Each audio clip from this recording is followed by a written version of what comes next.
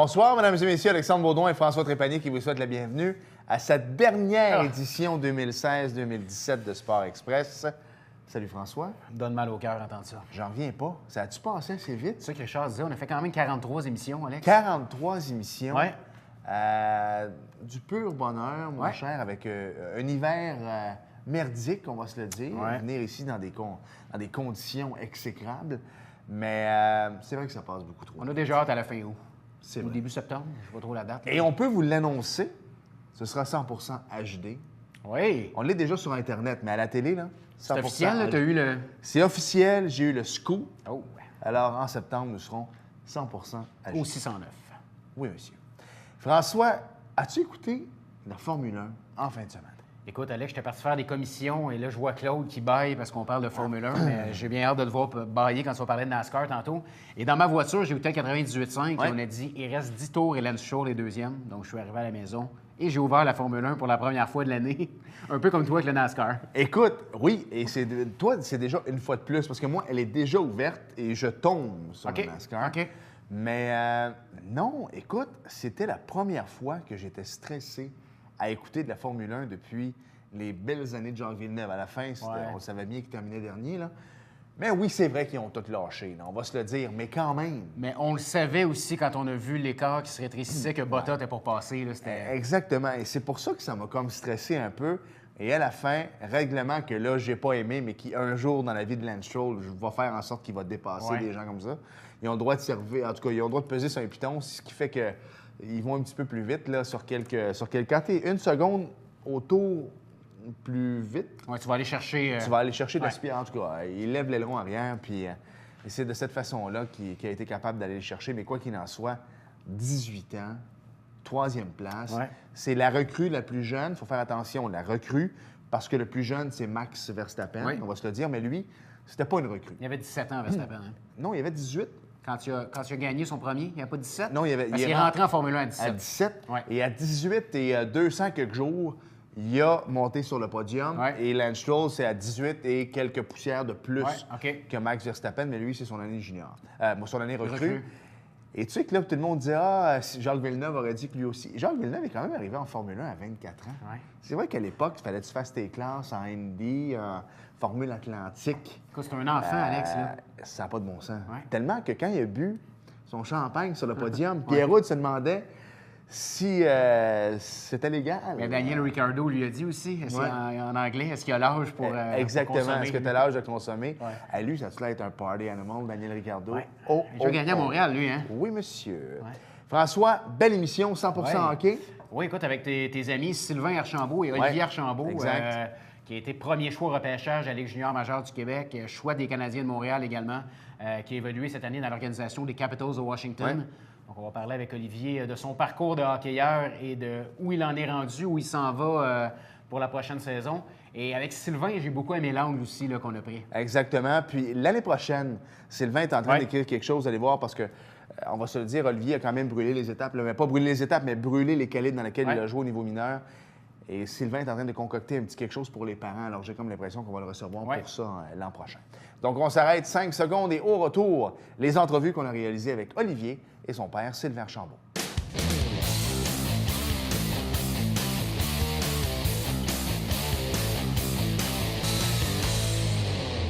Cette semaine à Sport Express, 100% hockey. Ouais. On va faire ça en 2 mouvements, si ça ne te dérange pas, François. Ben oui. En première partie d'entrevue, il va être seul. Olivier Archambault est avec nous. Salut, Olivier. Salut, ça va bien? Salut. Ça va très bien. Merci d'avoir accepté l'invitation. En deuxième partie, on va parler avec ton père également, qui a été dans ton cheminement d'hockeyeur. Mais avant d'arriver là, je veux que tu nous parles un peu de toi. Tu jouais dans la East Coast cette année, tu as été repêché par le Canadien. Mais avant, ta passion pour le hockey, c'est arrivé quand? Je dirais que j'avais à peu près 5 ans. J'ai commencé, mon père, ma mère m'ont fait mettre ses patins, puis j'ai aimé ça tout de suite. Je pense que depuis ce temps-là, j'ai pas arrêté de jouer. Même, je dirais les étés, c'est plus l'entraînement que l'hiver, mais sinon, je dirais à 5 ans, ouais. Parle-nous un petit peu des échelons que tu as gravis jusqu'à temps de se rendre au junior majeur. Là. Alex l'a dit tantôt, tu as été premier choix overall au total de la Ligue de hockey junior majeur du Québec. Pour se rendre là, j'imagine que tu as joué dans le 2 lettres là, tout au long de ton hockey mineur. Oui, je pense que toutes mes années, j'ai joué 2 lettres. Je pense que c'est ça qui a fait en sorte que je suis sûrement le joueur que j'étais devenu. Puis après, j'ai joué mon budget 3-4 tri. Puis ça va vraiment une belle année de hockey pour moi, Midget 3. Puis à la fin de l'année, je me suis fait repêcher à Val d'Or. Fait que c'est pas mal ça que... Le fait que tu sois repêché premier overall total de ton année, est-ce que tu as... Tu sais, souvent, Midget 3, on a 15 ou 16 ans. La pression était comment durant cette année-là? Je te dirais que je ne l'ai pas vraiment réalisé tant que la saison a commencé. J'ai pas eu la saison que je voulais, mais je pense qu'après 17 ans, ça a bien été. Mais c'est sûr, quand tu es repêché premier, tu as beaucoup d'attentes envers toi. Puis... Mais ça fait partie du hockey. Je pense que si je voulais être repêché premier, c'est une belle expérience, puis je vais me rappeler toute ma vie. Quelles étaient les attentes, justement, Olivier? Que, souvent, c'est les mêmes clichés. Il va sortir tôt dans la Ligue nationale, ça prend. C'était quoi les attentes pour un joueur? Est-ce que c'est déjà, tu avais un agent, tout le monde te court après? Puis... J'avais un agent depuis longtemps, là, je pense depuis que j'avais 14 ans. Mais c'est sûr que quand tu es repêché premier, tu t'attends tout de suite à être repêché dans la Ligue nationale, mais c'est pas comme ça que ça marche. Il faut que tu fasses tes preuves quand même. Mais c'est sûr qu'à Val d'Or, ça n'a pas été les années comme que je voulais, mais quand même, ça a bien été, puis c'est une belle expérience. Mais c'est sûr que quand tu es repêché premier, tu penses déjà à l'autre étape, puis c'est pas le même, il faut que tu penses. Tu as joué à Val d'Or, tu as joué à Drummond également. Après ça arrivent les années pour la Ligue nationale de hockey. On est en plein dedans, c'était le repêchage de la Ligue en fin de semaine dernière. Tu as été repêché par le Canadien de Montréal. Ça doit être quelque chose. Comment ça a été, tout ce brouhaha-là? Parce que je sais, au niveau médiatique, ça a brassé pas mal. Comment ça a été pour toi d'être repêché par le Canadien? C'est sûr, quand tu es Québécois, c'est différent. Là. Quand tu viens de Montréal et tu es repêché par Montréal, c'est le fun. Je veux dire, tu ne penses jamais à ça que ça va t'arriver dans ta vie quand tu joues au hockey. Mais c'est mon premier camp aussi. Tu fais juste regarder dans les airs, tu fais juste regarder les gars, puis tu en profites. Puis c'est sûr que ça va être des moments que je vais me rappeler toute ma vie. Ça, j'en ai parlé à ton père à un moment donné, le fait de jouer au Centre Bell. Est-ce que tu n'aurais pas aimé mieux jouer à l'extérieur? Je sais pas, ça t'a-tu pris, 3-4 chiffres avant de réaliser où tu étais, de regarder un peu partout, chercher ta famille dans les estrades? Peut-être que ça sera recommencé, j'aurais aimé ça, être drafté par une autre équipe, honnêtement. Parce que c'est sûr, c'est le fun, une ou deux games, avec les médias, puis tout. Quand je parle, j'ai beaucoup d'amis qui jouent à l'extérieur, puis sont bien, mettons, ils n'ont pas des preuves à faire, mais il faut tout le temps que, mettons... Ils sont pas scrutés à la loupe mettons, comme... tu vas prendre un verre ou je sais pas, tu t'en vas souper, puis là, le monde te reconnaît. Fait que c'est sûr que c'est un peu plus fatigant pour ça, mais sinon, c'est sûr que c'était une belle expérience. Alex, tu as parlé de repêchage, vient de se passer. Parle-nous un petit peu de l'expérience repêchage quand tu es assis dans les estrades. Est-ce que tu pensais sortir avant, sortir après? Est-ce que tu es surpris de ton rang de sélection? Bonne question. Je pense rendu là, tu veux juste être repêché, puis tu veux juste appartenir à une équipe. C'est ça qui est arrivé. Fait que c'est sûr, pour moi, c'est une belle journée en plus pour le Canadien. C'était à quel endroit, ton repêchage? C'était à Minnesota. OK. Ouais. Fait que c'est ça, Luc Gilles m'a interviewé après, puis ça fait vraiment longtemps que je connais Luc. Ça faisait, depuis que j'étais tout petit, j'avais joué avec son gars quand j'étais à Tombe. Fait que non, c'était le fun. Je peux pas dire que c'était pas le fun. Je regrette rien. Après ça, est arrivé les blessures, tu as été échangé. Malheureusement, tu n'as pas eu ta chance avec le Canadien. Je n'ai pas envie de faire le procès de personne non plus ici aujourd'hui. Maintenant, tu appartiens, en fait, jusqu'au 1er juillet aux Capitals de Washington. Tu as été blessé en début d'année. Toi, si ça n'avait pas été de la blessure, ça aurait été probablement la Ligue américaine pour toi. Ouais, c'est sûr que c'est ça que tu veux. Je pense que même jouer dans les scores, je pense pas que c'est la pire affaire au monde. Je pense que c'est quand même encore une très bonne ligue de hockey, mais c'est sûr que tu veux toujours jouer plus haut, puis c'est normal. Fait qu'on va voir ce qui va se passer l'année prochaine. J'ai aucune idée encore. Mais je vais m'entraîner cet été et être prête pour mon camp l'année prochaine.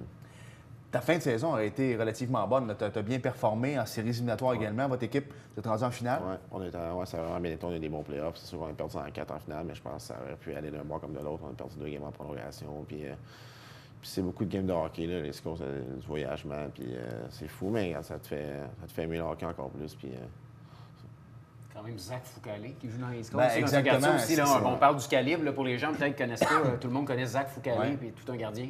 Je veux que tu me parles un peu de la East Coast. Tu parlais des voyages tantôt. Vous n'êtes pas en première classe comme dans la Ligue nationale non plus. Là, on s'entend. Vous voyagez en autobus parce qu'il y a quand même des équipes en Floride. Ça bouge. Ben moi, comme je suis dans la division sud, fait que tu joues souvent plus contre ta division. Mais quand on était allé à Denver en finale, on a flyé là, parce que tu peux pas faire ça en boss. Non, c'est ça, exact. Mais c'est pas. Je veux dire, c'est une bonne organisation pareil, puis c'est un bon hockey. C'est sûr que tu fais plus de boss que d'avion, mais ça fait partie de la game. C'est un petit peu comme junior, je dirais. Là. Fait que... C'est en Caroline que tu jouais cette année dans la East Coast. Est-ce que les partisans suivent ça? Est-ce que les partisans sont derrière vous? Je dirais qu'en finale, il y a peut-être 9000 personnes. Ah, oui, OK. Le monde aime le hockey aussi, là, mais c'est sûr que... C'est plus que les Hurricanes? Ça dépend de où tu es, ça dépend. Mais c'est comme dans tout, il faut que tu gagnes si tu veux avoir du monde dans l'aréna. Sauf à Montréal. Exact. Ça, sauf à Montréal. Mais... La East Coast, là, on fait même des farces, mais souvent, c'est des équipes qui sont implantées dans leur communauté. Donc, quand tu y vas, pour eux autres, c'est leur ligue nationale. C'est pas dans des grosses villes. Ils sont implantés là. C'est ce qu'il y a à faire dans la ville. les matchs, c'est assez important pour eux. Oui, c'est comme partout. Il y a des fans. Vous êtes les stars de la ville. Oui, c'est ça. Il y a des fans partout et ils aiment le hockey, ils veulent que tu gagnes, puis ils feraient tout pour leur équipe. Mais ça, c'est comme n'importe quel sport. Junior aussi, c'est le même. Fait que non, c'est sûr, c'est le fun. Parlons un petit peu de l'entraînement. Cet été, là, ça ressemble à quoi une semaine pour Olivier Archambault, là, quand on va essayer de se dénicher un nouveau contrat? Ça ressemble à quoi une semaine pour toi? Là, comme je te dis, j'ai pris 2 semaines off. J'ai recommencé cette semaine. Je m'entraîne le matin, puis je te dirais pendant peut-être 2 heures, 2 heures et demie. Sur la glace ou hors glace? Hors glace. Okay. La glace, je vais commencer sûrement en août, là, prendre un petit break de glace. Puis je joue juste une fois semaine pour le fun avec des chums dans une ligue, là, mais sinon, c'est ça. Dans une ligue au cap salarial maintenant, et depuis plusieurs années, on le voit, là, il y a des gars qui sortent. Il y a des Yannick Gourde, exactement. À Nashville, il y en avait un également là, dernièrement, Frédéric Gaudreau, qui sortent un peu de nulle part, qui ont joué dans East Coast. On a David Dernay également avec le Canadien de Montréal. Est-ce que ça te garde en tête le fait de pouvoir accéder à ton but d'être dans la Ligue nationale? C'est sûr, je pense que je continue à jouer au hockey pour ça. Mais c'est sûr que si je veux dire, je commence à vieillir, fait qu'il faut que je pense aussi à voir ce que ça va être la suite. Mais c'est sûr que l'Europe, je suis ouvert aussi à ça. Fait que on va voir ce que l'avenir me réserve, mais c'est sûr que je vais travailler en sorte pour que ça marche. Parce qu'il y a du bon calibre en Europe, oui. Il y a quand même de la belle argent à faire là aussi. Ouais. On a des amis qui jouent en Europe. Ouais. Ils gagnent bien leur vie. On va à plaindre, mettons. Ouais. Qu'est-ce que tu recherches? Parce que là, le 1er juillet s'en vient. Je sais que tu t'en vas souper avec ton agent cette semaine? Oui. Puis qu'est-ce que tu aimerais avoir pour... Bonne question. C'est sûr que j'aimerais ça aller dans l'américaine. Sinon, peut-être regarder pour l'Europe. Là, on va voir. C'est sûr que là, il est un petit peu... L'Europe, ça commence dans quasiment un mois. Là, c'est vite. Oui, la KHL, entre autres, c'est vrai que ça commence au mois d'août. On va voir. Je vais voir ce qu'il va me dire, puis on va y aller avec ça. Qu'est-ce qui peut... dans le fond, ça serait ta dernière année avant l'Europe. Je pense que tu voulais te donner jusqu'à 25 ans. Oui, ça serait ma dernière année avant l'Europe, là, si, mettons, ça ne débloque pas. Là. Et si, par exemple, une équipe te fait comme, par exemple, on va oublier, je vais y aller avec les Canadiens, là, même si ce ne sera pas eux, là, avec le fait qu'il y aurait le Rocket. Bon, tu signerais une entente dans la Ligue américaine, mais le fait de signer une entente dans la Ligue américaine, si tu as un bon début de saison, est-ce que tu peux faire le saut dans la Ligue nationale? Ah, c'est sûr, tu peux. Je pense que, mettons, tu signes un one-way dans la Ligue américaine, puis si tu aimes bien, mais tu peux. C'est sûr que c'est plus difficile, là, mais il n'y a rien qui... Tu peux, mettons, à la fin de l'année, tu peux signer un two-way à l'année d'après. Fait que... Oui. OK, là, tu m'ouvres quelque chose que je n'étais pas au courant. Dans la Ligue américaine, tu peux signer un one-way aussi. Ça veut dire que s'il arrivait quelque chose comme Zach Foucalé, par exemple, ou une blessure, puis il est très trop garde dans le East Coast... Tu as encore ton argent de la Ligue américaine. OK, je ne savais pas moi non plus.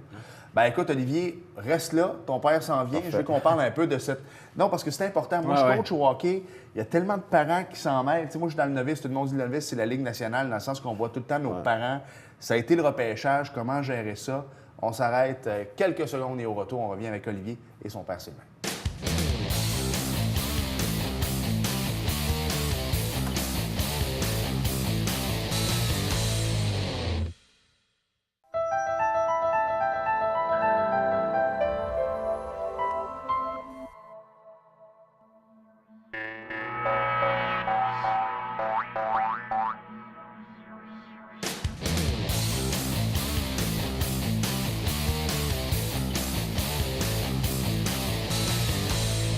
Nous sommes de retour à Sport Express et on poursuit cette entrevue avec Olivier Archambault. Et je tenais absolument à voir Sylvain également dans l'entrevue parce qu'on se connaît, Sylvain et moi, on travaille pour la même entreprise.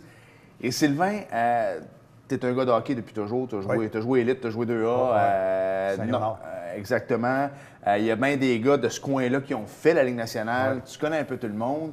Ça a été quoi de... Parce que Olivier, on va se le dire, là, tantôt, il a dit, il a commencé à jouer au hockey à 5 ans, mais il a fait courir les foules assez de bonheur. Il a toujours été un bon joueur de hockey dans l'élite. Ça a été comment de voir ton enfant grandir quand il est au-dessus des autres dans le 2 lettres, par exemple? Je pense que c'est de gérer les adultes. Okay? Les adultes qui sont autour de lui. Puis il y a beaucoup de jalousie dans le hockey. Fait qu'à un moment donné, quand un gars est trop dominant, on essaie de gérer par le bas. Okay? Fait qu'il y a des commentaires, il y a des cris dans les estrades. Ça passe ton puck à Archambault, ça commence de même, excepté qu'Archambault, il peut passer son puck, mais il domine tellement qu'il est rendu dans la zone offensive, les autres sont dans la zone neutre. Ouais. Fait que les parents ne comprennent pas ça. Et c'était expliqué à lui d'oublier ça, passer à côté, parce qu'on dit qu'il ne l'entend pas sur la glace ou il l'entend. Puis quand tu es jeune, mais tu te fais une carcasse contre les adultes. Parce que tu dis, qu'est-ce qu'ils ont ce monde-là, ils sont bien méchants. Ouais. Il ne comprend pas, lui, à cet âge-là. Lui, il veut jouer au hockey. Puis le danger avec Olivier, c'est que quand il était jeune, plus tu te mettais après, meilleur il était. Okay. Fait qu'il laisse encore plus.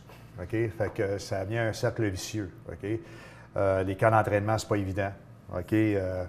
Il n'y a pas de privilège. Parce que le monde dit que s'il y a un privilège, mais c'est parce que c'est. Non, il n'y a pas de privilège. Sinon, Sylvain, c'est tout le temps la question, tout le temps le commentaire, on sait bien, hein? On sait bien. On le sait bien. Ouais. Moi, je me suis impliqué dans le hockey, mais je l'ai coaché un an. OK. J'ai coaché mon plus vieux. Lui, me disais, il est capable de se débrouiller, lui, il va s'arranger tout seul, puis c'est bon de connaître d'autres choses que son père. T'sais. Mais avoir su, j'aurais probablement coaché plus longtemps. OK. Parce qu'il y a des entraîneurs qui se servaient un peu de lui pour gagner et ils se mettaient tous les parents dos parce qu'il coupait son banc, ce que j'aurais pas fait moi. Ouais. OK? Fait que le monde chialait contre lui, mais c'était pas sa faute à lui. C'est que le coach, quand il voulait gagner, qui mettait? Il mettait le numéro 9. Il mettait Archambault. OK? Fait que là, les parents, pourquoi tu mets lui? Arrêtez de crier après le jeune, il y a quelqu'un en arrière du banc qui l'a mis sur le banc, qui l'a mis sur la glace. Ouais.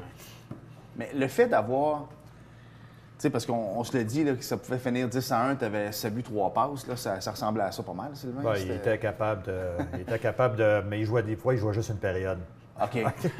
Est-ce que ça devenait éreintant? C'était-tu fatigué à un moment donné d'entendre ça, justement? Parce que, moi, pour coacher, pour avoir joué au hockey, c'est vrai qu'on entend les gens. Puis souvent, c'est pas nos parents, c'est à la limite, oui, nos parents, mais l'équipe adverse, les parents adverses qui font être pleins. Là-tu fatigué à ça? Tu sais, à un moment donné, tu as 10 ans, tu veux jouer au hockey. Ouais, moi, j'étais jeune, honnêtement, fait que ça me dérangeait pas vraiment. Je m'en allais à l'aréna pour jouer au hockey. J'étais tout petit, là, fait que j'écoutais pas vraiment les parents. C'est sûrement plus mes parents qui avaient à dealer avec ça, là, mais moi, personnellement, ça me dérangeait pas. Le fait, quand tu es arrivé à Val-d'Or, il a été premier choix au repêchage, il y avait des attentes incroyables. Et là, puis ça suivait la suite logique. Ça avait bien été dans le Bantam 2A, dans le Midget 3, on arrive junior majeur. Puis ça n'a peut-être pas été. Je pense que tu as compté à ton premier chiffre en plus, ça se peut-tu? Fait que, tu sais, il compte à son premier chiffre. Après ça, ça n'a peut-être pas été l'année escomptée dans le junior. Est-ce que tu as senti, Sylvain, des gens dire, bah, finalement, Archambault, pas si pire, tu sais? C'est un feu de paille. Ouais. Est-ce que ça. Oui, c'est bien, bien. c'est sûr. C'est sûr parce qu'on est le tour vers le bas. OK? Le gars qui arrive premier choix overall, il arrive à Val-d'Or. Normalement, on bâtit autour. OK? Mais on est arrivé avec un entraîneur recru que lui, c'était pas sa philosophie de bâtir autour. Alors, puis lui, il connaissait Jonathan Berdo à Noël. Il voyait les autres à Saint-Jean, première ligne, premier power play. Lui, il est bien, puis le focus est sur lui, c'est le premier choix. Fait que RDS le suit. Luc Gina, qui est un ami de longue T'as quel âge à l'époque? J'avais 16. 16 ans. Tabarouette, c'est jeune. C'est jeune. Fait que lui, il arrive à Val-d'Or, au bout du monde. OK? Et il a fallu que je fasse plusieurs voyages à Val-d'Or pour essayer de remonter parce qu'il n'y a pas grand-chose à faire. Tu peux pas aller voir les entraîneurs. C'est fini. Là. Tu passes au... Dès que tu arrives Midget 3, il ne faut plus que tu te mêles de rien. OK? Parce que c'est lui qui va payer pour. OK? Mais il y a eu des meetings mémorables à Val-d'Or qu'aujourd'hui, si c'était à refaire, peut-être que je ne les referais pas, là, OK, avec Normand Dupont, que je me suis... Tu sais, tu es assis dans l'estrade, puis là, tu vois ton gars, il est sur le banc. Là, tu te dis, pourquoi il est sur le banc? Tu essaies de comprendre, puis lui, je disais, à chaque chiffre que tu fais, laisse-y pas le choix. Laisse-y pas le choix de remettre ça à la glace. C'est pas toi les fous, c'est lui. OK? Fait qu'à un moment donné, ça devient un cercle vicieux. Et là, il vient que... Il faut qu'il y ait quelque chose qui se passe. OK? Et c'est là que l'agent rentre en ligne de compte. C'est OK, s'il ne fait pas ton affaire, puis c'est correct, on change de place, puis c'est tout. Mais c'est un cercle vicieux, ça aussi. Est-ce que quand tu veux changer de place, c'est un first pick overall, mais juste sur ta troisième ligne, il demande 3 joueurs, puis c'est un choix de première ronde. Ouais. Et là, les équipes adverses, ils disent non, on va te donner. Il est juste ta troisième. Oui, mais c'est un first pick overall. Non, mais juste ta troisième ligne. Et tu ne te donnerais pas. Fait que les équipes étaient très exigeantes. OK? Val-d'Or était très exigeant, puis fait que on tourne autour, mais pendant ce temps-là, il y a un être humain là-dedans. Ouais. OK? Que lui, là, il veut jouer au hockey, mais ça s'en va comme ça, puis là, il est même prêt à lâcher, là, tout arrêter, parce qu'il dit c'est ça, là, on arrête tout. Fait que là, toi, il faut que tu sois là en tant que parent, pas pour le faire pour lui, pour l'appuyer. S'assurer que tu ne peux pas lâcher dans le négatif. Si tu as lâché le hockey, tu vas lâcher quand ça va bien. Ouais. Parce que tu vas le regretter si tu lâches dans le négatif. Fait que ça fait que tout ça, il faut que tu gères. Ça, le monde ne le voit pas. OK? Il ne le voit pas. OK? Mais c'est quelque chose qui est très stressant pour lui. Très stressant, puis là, il est à Val-d'Or. Mais c'était ça ma question. Moi, c'est ça que je voulais rentrer avec Oli. Toi, en tant que joueur de hockey, il faut que tu te concentres sur la job que tu as à faire. Ça devient-tu achalant de savoir que papa est là avec l'agent pour essayer de... Ou toi, tu te concentres sur tes affaires? Puis... C'est sûr que oui, des fois. Là, tu sais, je veux dire, puis ils veulent pas mal faire. Je pense qu'ils veulent juste ton bien. C'est pour ton bien. Mais en même temps, c'est sûr que oui, tu y penses. Tu peux pas juste ton père ou ton agent, plus tout le monde autour. Tu sais. C'est fatigant. Puis des fois, c'est sûr que ça me mettait en recul. Je me disais, si tu vraiment sens encore que je veux encore faire ça, puis pour tout ça. Fait que c'est sûr que ouais. Parce qu'à la base, le hockey, C'était pour s'amuser. Ouais. Tu sais, aujourd'hui, il y a des équipes 3, tu m'en parlais. Tu joues au soccer l'été, toi, puis t'étais pas mauvais non plus. Fait que tu sais, tu décrochais du hockey. Tout ce que tu voulais, c'est t'amuser, en fait. Puis au soccer, c'était un autre problème. Parce qu'au soccer, je voulais pas qu'il joue au lit, parce qu'il jouait du 3 d'été. Fait que tu vas jouer maison. Mais là, je dois garder l'élite de 2 ans. S'il joue maison à son âge, t'as le petit bonhomme qui s'en vient tranquillement au ballon, puis t'as lui qui arrive, qui est rouge comme une tomate, puis lui, il va kicker le ballon, il veut kicker tout le monde. OK? Parce que c'est un compétiteur. Fait que là, il se faisait haïr au soccer, parce qu'il n'y a pas sa place là. Oui, mais je sais, mais je ne vais pas le laisser chez eux, là. T'sais? Fait que être compétitif, c'est très compliqué. Être talentueux, c'est très compliqué. On parle d'Olivier, mais on parle de tous les talentueux. Tous les athlètes là. sont compétitifs. Là, OK? Parce qu'il arrive dans des organisations que les coachs de hockey, on ne se comptera pas de peur. C'est le chum d'un chum, puis c'est ça. Puis s'il ne fit pas dans le clic, même le talent qu'il voudrait, lui, il ne pouvait pas le couper. Mais il y en a d'autres qui sont juste une coche en bas puis qui le coupent, mais qui arrêteraient de calibre pour jouer là. OK? Mais il ne joue pas là. Fait qu'il y a beaucoup de talents qu'on échappe au Québec à cause de ça. Là. OK? Parce que la structure de hockey, il y a beaucoup de travail à faire encore là-dessus. Beaucoup de travail. Parce que je pense pas qu'on prend le midget 3A, que ça coûte une fortune. Est-ce que c'est réellement les bons joueurs que c'est là ou c'est ceux qui ont de l'argent? Ouais. OK? Puis qui sont bons école. Tu sais, il y a des gars qui sont pas bons école, ils ne peuvent pas faire les deux. Non, OK? c'est ça. Fait que, tu sais, Mario Lemieux, il n'aurait pas fait le midget 3A, ce que je comprends avec le système d'aujourd'hui. Il n'était pas bon école. C'est vrai. OK. Puis ses parents n'avaient peut-être pas les moyens de payer le collège privé à 10 000 par année non plus. Hein. OK, bien, en 10, c'est 15 000 une année. Là. OK? Ouais. C'est de l'argent, là, puis c'est du net. Là. OK? Fait qu'il faut que tu sois prêt, puis il faut que le joueur comprenne, il faut qu'il mette les efforts en conséquence d'eux. C'est un été charnière pour lui. Oui. Comment? Parce que je sais que tu t'impliques. Tu es de recul, mais tu t'impliques un peu avec Normand également, avec Olivier. Qu'est-ce qui s'en vient? Moi, maintenant, je vais manger avec Normand. Normand, il me dit, on s'en va par là, on s'en va par là. Olivier, entraîne-toi. Moi, j'ai complètement débarqué parce que ça gênait trop. C'est trop émotif. Ça embarque trop, là. Puis je peux travailler avec d'autres jeunes, puis ça ne sera pas ça. Mais quand c'est ton gars, c'est comme le gars qui dit qu'il s'occupe de son gars, puis il est impartial, il est menteur. C'est impossible. OK? Tu restes que tu vois les efforts qu'il a faits, tu vois l'injustice, parce que c'est une question de talent, c'est une question de timing. C'est une question d'être à la bonne place au bon moment. Tu as un paquet de facteurs qui fait que tu passes. Le talent peut t'emmener là. Le travail et la chance va te faire passer, va te faire rester là. OK?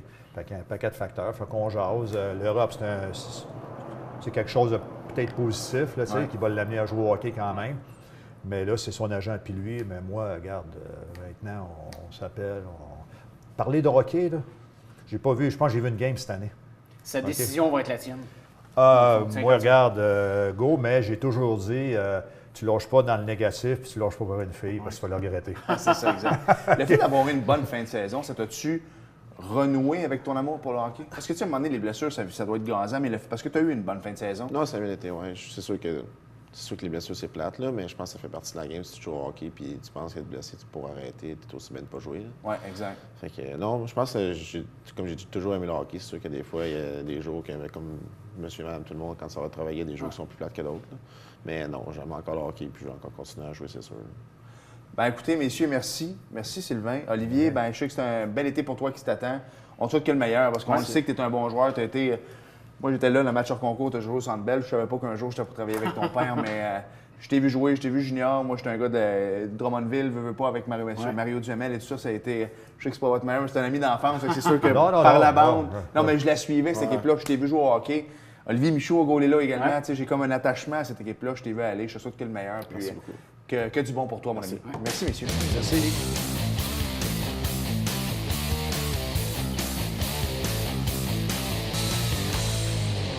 Nous sommes de retour à Sport Express. Parle-nous un peu de baseball senior, François. Oui, les Pirates ont joué pour 500 la semaine dernière, alors qu'ils ont perdu 15-3 face à mon ami François-Alexandre Tambozo et Montréal. Exact. Ça ne devait pas être Lafrenière. Tout un joueur de balle, non. Par contre, ils ont gagné contre Saint-Jérôme 9-2, Alex. Et voilà. C'est Lafrenière, hein? Donc, les Pirates qui occupent le 4e rang à l'heure où on se parle. Baseball aussi un petit peu? Oui, il va avoir présentation du tournoi provincial junior 2B du 6 au 9 juillet. C'est ici au stade Richard-Lafontaine, donc du bon baseball. Les gens vont pouvoir aller voir ça. Plus de 150 joueurs également qui vont jouer à la classique Claude Raymond. William Julien nous en a parlé. C'est du 13 au 16 juillet prochain. ici au stade Richard-Lafontaine. Et en parlant de William Julien, parle-nous un peu de football scolaire. Oui, pratique des Benjamins ce samedi 15h au stade Alphonse Desjardins. Donc, allez voir ça. C'est toujours des bonnes pratiques. Oui, monsieur. NASCAR. Hey, il y avait malheureusement du NASCAR en fin de semaine. Donc, dimanche dernier était présenté le Toyota Save Mart 350 sur le circuit routier de Sonoma en Californie. Claude est content. Alors, Kevin Harvick a mené 24 des 110 tours de l'épreuve pour remporter une première victoire cette saison. C'est ton poulain, Kevin Harvick? Non? Yes, sir. Oui? Ah bon, voilà. Tu suis ça plus que moi, ouais. tu le savais. On voit comme toute la jouissance. Ouais, écoute, il était content. Là, t'avais hâte d'en parler. Ah, Hein? ouais, son T-shirt gris, là, tu le vois bouger là, dans sa bédane puis tout, mais il est content, les papillons. Là. Alors, son coéquipier chez Stewart Haas Racing, Clete Boyer, a terminé deuxième pour une seconde fois cette année. Donc, Brad Keselowski, Denny Hamlin, Kyle Busch ont complété le top 5. Martin Truex Jr. et Jimmy Johnson ont remporté les 2 premières étapes de l'épreuve. Classement des pilotes après 16 courses, mes chers amis. Kyle Larson est premier, Martin Truex Jr. est deuxième, Kevin Harvick troisième, Kyle Busch est quatrième et Brad Keselowski est cinquième. La prochaine course, ce sera... C'est quoi dimanche, le 25 juin? Ah, ben, j'ai oublié de changer la date. Il a oublié de changer la Donc, date. c'est ce Le 2 dimanche. juillet. Donc, le 2 juillet, ce sera quelque part aux États-Unis. Alors, on vous souhaite plein de bon temps en écoutant le NASCAR. François, vas-y avec les remerciements Ben, écoute, d'usage. Alex, moi, j'aimerais remercier tout le monde qui regarde Sport Express. Je te l'ai déjà dit, je l'ai dit aux boys, on dirait que cette année, ça a été une année... j'allais faire mon épicerie, mon pasquier, tout le monde me parle de Sport Express. On voit que les gens nous regardent. Il y a des années, on avait de la difficulté à trouver des Ben, invités. au début, là, maintenant, là. on a de la difficulté à trouver de la place pour Exact. les invités. Donc, ça aussi, c'est bon signe. Donc, merci de votre fidélité. Merci également à toute l'équipe de la télévision, Alex. On les nommera pas pour pas en oublier, parce que là, on est beaucoup cette année. On est pas mal. Mais merci à toute l'équipe de nous avoir endurés. On peut-tu dire ça? Non, nous, on Je est regarde ensemble. Claude, oui. Hey, bon été, mon ami. Bon été, puis on se revoit à la fin de l'été. Merci à vous d'avoir été là. Bon été et à la prochaine. Bye, bye, bye.